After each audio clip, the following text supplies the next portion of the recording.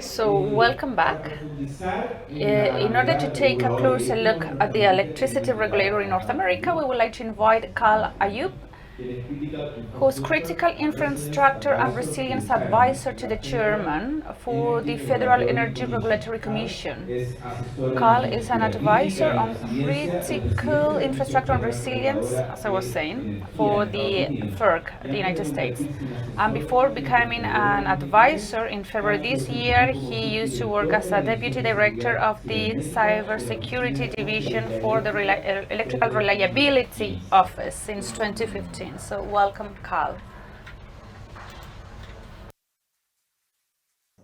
Hello, everybody. Buenos dias. I appreciate everybody being here, and sorry that it's right after the break. I hope everybody got a chance to get your coffee. So, good morning. As you say, my name is Kal Ayoub. I'm the Critical Infrastructure and Resilience Advisor to the Chairman of the Federal Energy Regulatory Commission. The good news is most of what I was going to say has already been covered by other people, so this will go a lot faster. But I want to say it's a privilege to be here. I've been here for 72 hours, and I'm already in love with Chile. It's a beautiful country. Everywhere I go in the Uber, I'm taking pictures, the people, the food. So thank you so much. I appreciate the invitation. I'm very, very excited to be here. And it's a pleasure to be at the first cybersecurity conference in Chile. As you've heard, cybersecurity is one of the most important issues we are dealing with in critical infrastructure. And we all know the threats are ever evolving. And as my boss, my boss, the chairman, says, it's not a matter of if, but a matter of when the next cyber attack will happen. And the timing for this conference could not be better because, as we all know, October is Cybersecurity Awareness Month. So, Patricio, thank you so much for putting this together. I don't know if it was an accident or a coincidence, but it's good to have it in the October Cybersecurity Awareness Month. I also learned that Chile is one of the region's most digitally advanced. It has the highest percentage of internet users in Latin America. 97% of the people here use the internet. And it's the fastest average broadband. So given how much the population uses the internet, it's only appropriate that they all depend on this technology and how important cybersecurity is. Recently I saw a presentation from the director of the Critical Infrastructure Security Agency in the US, CISA, and I'll give you some statistics. 23 million Uber rides a day across the world. There's 230 million emails sent every minute. There's over 500 million users that use Apple Pay. So just put that in perspective, the importance of being connected to the internet and the importance of cybersecurity. There is a cyber attack every 11 seconds. 7% of websites that Google engineers tested found to have either a ransomware or a virus. And I know Lonnie covered the cost of cyber attack in the US. I will tell you what it is globally. The global cost of cybercrime last year was $8 trillion globally. This year, it's scheduled to be around $11 trillion. And in 2026, it's scheduled to be about $20 trillion. But I also want to say there's some good news. The collaboration, working together, is our best defense. And also, Microsoft released a study that says basic cyber hygiene would prevent 98% of cyber attacks. So strong passwords, multi-factor authentication, reporting phishing, very important updates. And it's been 20 years since the 2003 Northeast blackout in the United States of America. I will touch on that in my slides, but I want to say we learned there were 3 T's, which was trees. The trees caused the blackout, training, and tools. And I think in today's world, there's still 3 T's, but the trees have gone, but the threats are here. So it's threats, tools, and training. I know everybody's looking excited to see the slides, but I want to cover one more thing. Training is very important because as I was talking to some people during the break, we find that the human factor is really one of the weakest link in companies for cyber attacks. There was just some recent ransomware attacks in the United States. One of them was on MGM Properties, which is the largest casino operator in the United States. And they were attacked by a company called Black Hat. And the Black Hat says it took him about 10 minutes to take control of their entire system for a ransomware. And the way they did it is they actually went on LinkedIn. They found an employee's name. They called IT, and they pretended they didn't know the password. And IT gave them a link, and they were able to go through the back door, take over the entire company. So, that's what happens when I talk too much. Is it going to come back? But I just wanted to share some statistics, how important training is, and how, stay ahead of the threats. So I've already introduced myself, a little bit of background about me. I joined the commission in 2009. I've been there since then. And before that, I used to be a power plant engineer. And I was also part of the utility that put together the first set of mandatory standards when the commission issued them back in 2007. So I'm going to give you a little bit of background what FERC is. I think we all know who NERC are, but I think it's only fair that I give you a background of what the Federal Energy Regulatory Commission is.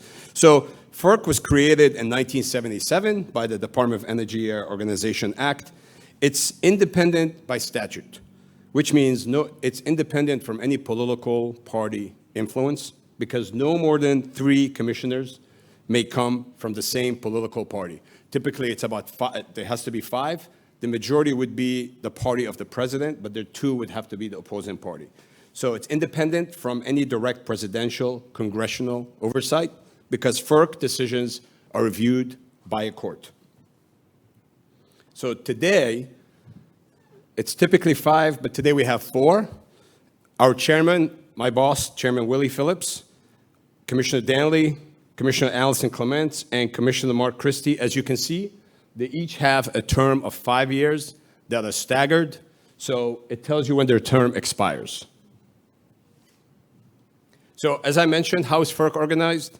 Each commissioner, including the chairman, only has 1 vote.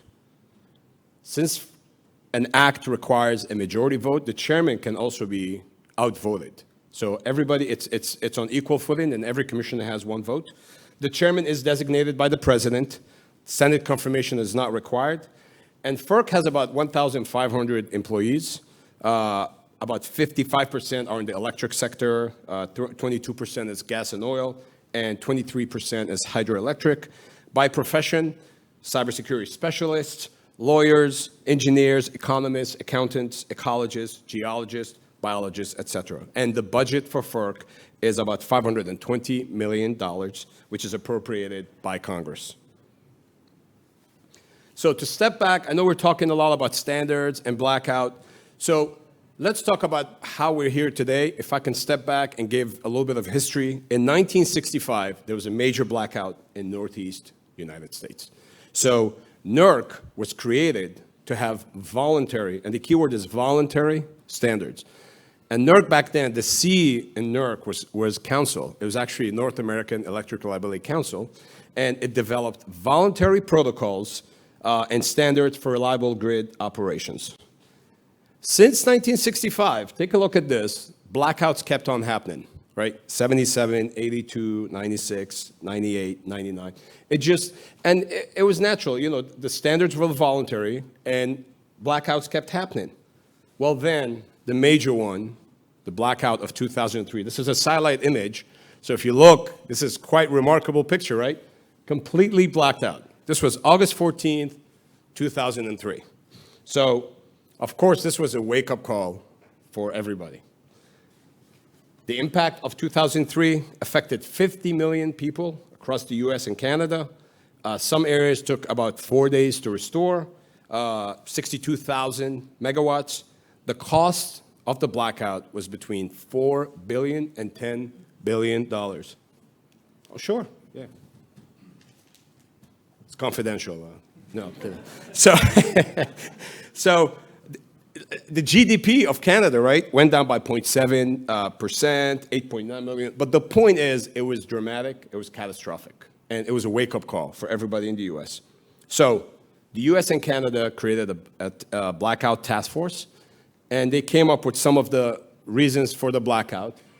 And I'm sorry, this is you can just tell. Basically, it's training, tools, and trees. 3 T's. We always say 3 T's caused the blackout, right? So many of the root causes from this blackout were the same as the slide before. Every blackout had the same issue. So there was a renewed call, bipartisan. Everybody, Republicans, Democrat, everybody in the US basically said, we need to do something. So what was the change?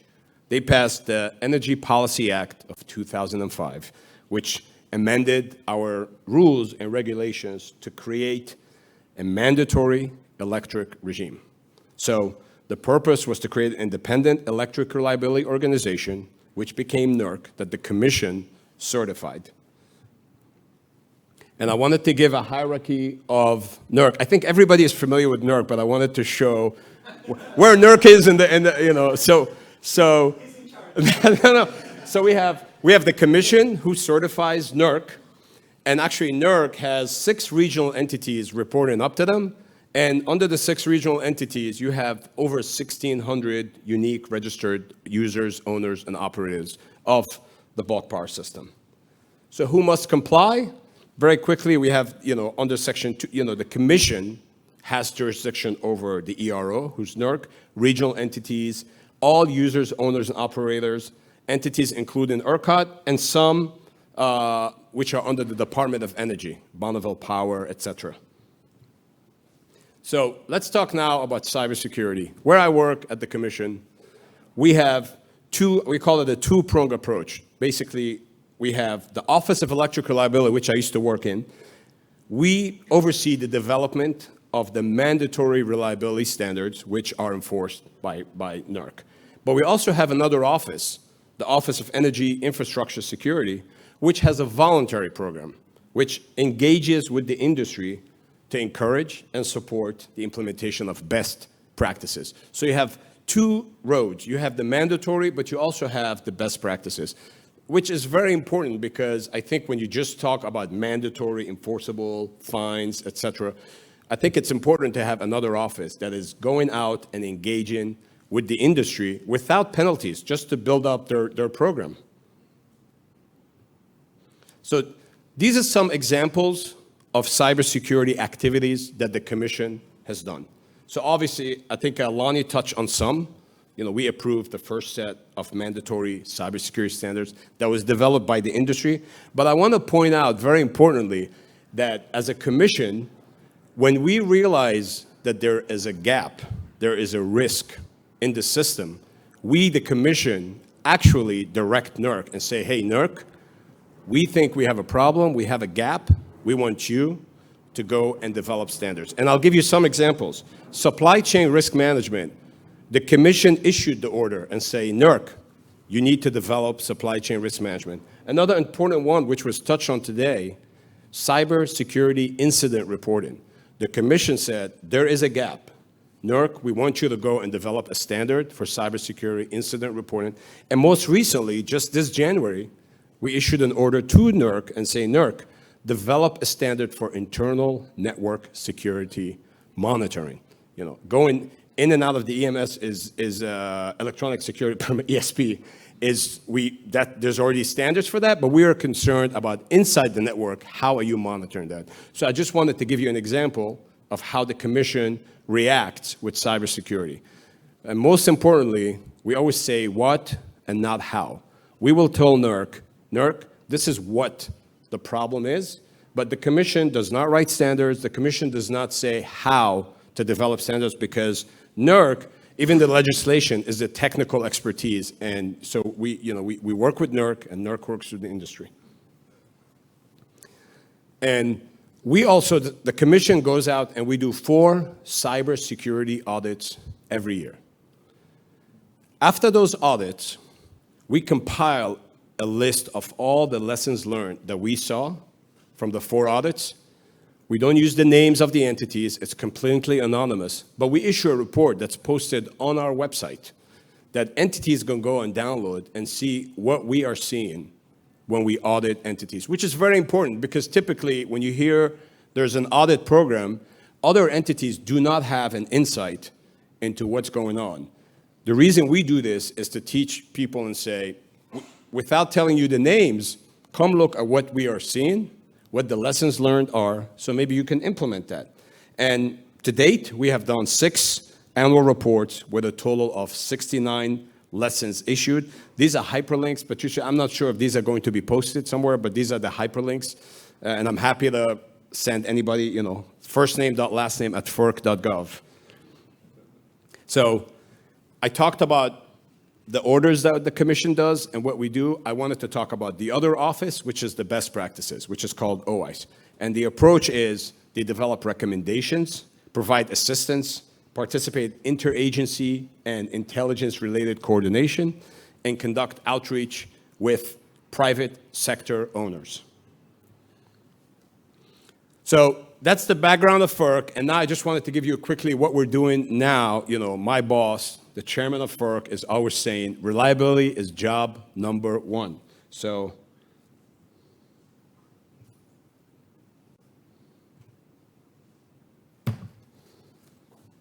there we go.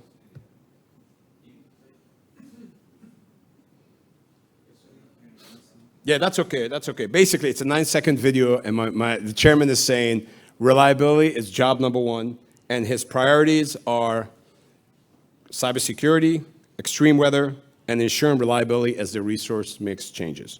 Right. So I'll touch a little bit on what we've done so far, and I'll skip. I think our focus here is cybersecurity, so I'll skip the other items quickly. But we're trying to protect the grid from cyber attacks. And this is the example that I mentioned on internal network security and monitoring. Again, basically, we direct NERC to develop a standard within 15 months for internal network security and monitoring. We just, in March, we just approved supply chain standards. And just in April, the commission issued an order basically telling the industry, if you go over and beyond cybersecurity, you can file with the commission to receive an incentive. It's very important. And we said, when NERC develops a standard and files it with the commission, as you know, the standards have an implementation period. It could be 1 year, 2 year, 3 years. If you are going to adopt the standard earlier, the commission will give you an incentive. You can file for an incentive, rates, basically, if you have a rate with the commission. It's very important. We also, if you want to join CRISP, cybersecurity information sharing programs, you can get an incentive. So these are some of the examples that the commission has done with cybersecurity. So physical attacks, I think we're all familiar. Lonnie mentioned it. It's a very high priority in the US. There have been a lot of recent high-profile attacks. And I wanted to share a statistic. In the US, I don't know, can anybody guess how many substations the US has? No, Lonnie, not you. We have 55,000 substations, right? So when you think about protecting the substations, that's quite a number, and I'll give you a statistic. If you add up all the Starbucks, all the McDonald's, all the Wendy's, all the Chick-fil-A's, Dunkin' Donuts in the United States, it doesn't get close to 55,000. So imagine somebody saying, we need you to protect each one of those. But it gets better. I actually looked up how many substations Chile has. I hope I'm right. It's 1,094. Is that about right? There's 1,000 substations in Chile. Well, I calculated how many McDonald's you have. 77. I think Starbucks is 200 Starbucks, and I think Dunkin' Donuts is 150, right? Nowhere close to the 1,000 substations. So imagine if somebody came and said, I want you to protect each Starbucks, McDonald's, Wendy's, et cetera. It's a high profile, it's a high issue, right? So that's why I think the standards with NERC, they're coming up with a tiered approach, right? You have to determine what are your critical substations, and then from there, you can actually protect those. But I just wanted to give you, if somebody says protect it all, it's pretty high burden. So extreme weather, it's not, I talked to Patricia, I don't think it's an issue as much in Chile. I think earthquakes are the issue here. So it's a major issue for us in the United States. We had Winter Storm Elliott last December, which shut down a lot of the grid. And very importantly, our team just did an inquiry. They did a key recommendations. I just wanted to point, note one. I don't know if you're all familiar with Con Ed, Consolidated Edison, but basically, they faced reliability threatening low pressures on their delivery system, and they came up to a point where if they had lost pressure, they would have blacked out parts of Manhattan, Brooklyn, and Queens, and it would have taken months to bring back so imagine in the winter, and you have New York having a blackout. It's quite important. It's also a matter of life and death, right? So we've issued some orders on extreme weather. IBR, I'll skip it. I think Lonnie mentions how important inverter-based resources are, so I'll skip that. I think the chairman just talked about, we just did a transmission reform here. I think the audio's not working, so I'll go. And the chairman believes in environmental justice as well, just to touch on it very briefly. We're having an annual reliability technical conference. I want to advertise. You're all welcome to attend Washington, D.C. It's on November 9th, and it's also broadcast. You can actually watch it on YouTube. We talk about cybersecurity. We have an entire panel on cybersecurity actually, so I do encourage everybody to actually tune in. And with that, I appreciate everybody. I want to thank everybody here. Patricia, again, to you, thank you so much. I'm very impressed with all your, I was in Patricia's office the other day, and just his dashboard and all the technology that he has. I think we're behind over, in the US. So I just wanted to say, I looked at his presentation and I felt mine is so boring. That's why I think I'm talking a lot just to make up for these slides. But with that, thank you so much. Are there any questions? I'd be happy to answer. Thank you very much.